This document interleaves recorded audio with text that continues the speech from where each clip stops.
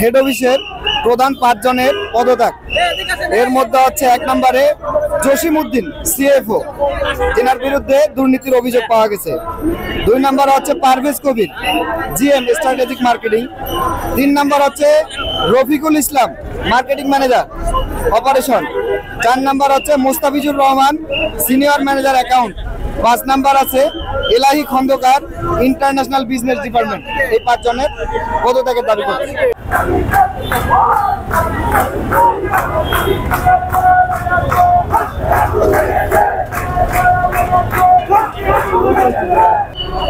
তো এখানে আমাদের দীর্ঘ 17 বছর এইখানে যারা ম্যানেজমেন্টে যারা আছে হেড অফিসে, তা বিভিন্নভাবে আমাদেরকে বৈষম্য স্বীকার করে রাখছে।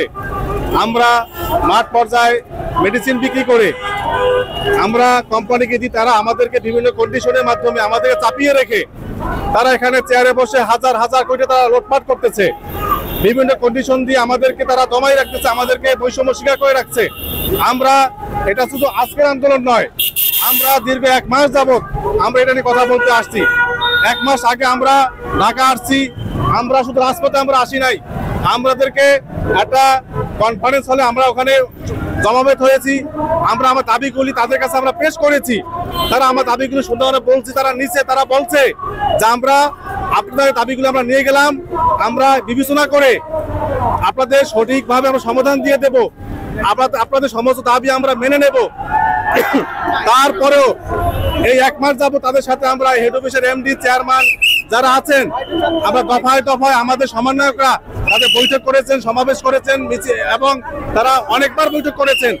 তাদেরকে বোঝানো হয়েছে, বলা হয়েছে আমাদেরকে আমার দাবিগুলো আপনারা যৌক্তিকগুলো আপনারা মেনে নেন সুন্দরভাবে, আমাদেরকে আর এভাবে বৈষম্যটা আমাদের রাখেন না, আমাদেরকে ঠগাইয়েন না।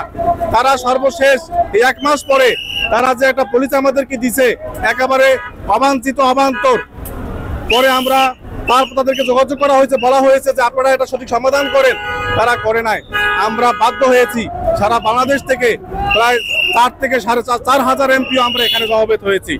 সেই সকাল থেকে আমরা ওদেরকে বলে আসছি আপনারা সঠিক সমাধান করেন, সঠিক সমাধান করেন, তারা কিছুই করতেছে না। এখন আমাদের সমন্বয়ক ভাইরা ভিতরে গেছেন, তাদের সাথে আলাপ আলোচনা করে কি সিদ্ধান্ত হয় তারা আমাদেরকে জানাবেন, তারপরে আমরা পরবর্তী পদক্ষেপ নেব। আমাদের দাবি ছিল এটা একটা ট্রাস্টি একটা কোম্পানি, মানবতার কোম্পানি।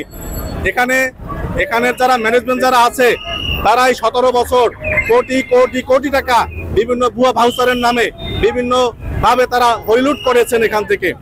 তো যারা যারা এখানে হরিলুট করেছেন, যারা এখান থেকে দুর্নীতি করেছেন, তাদেরকে আমরা পদত্যাগ চাচ্ছি।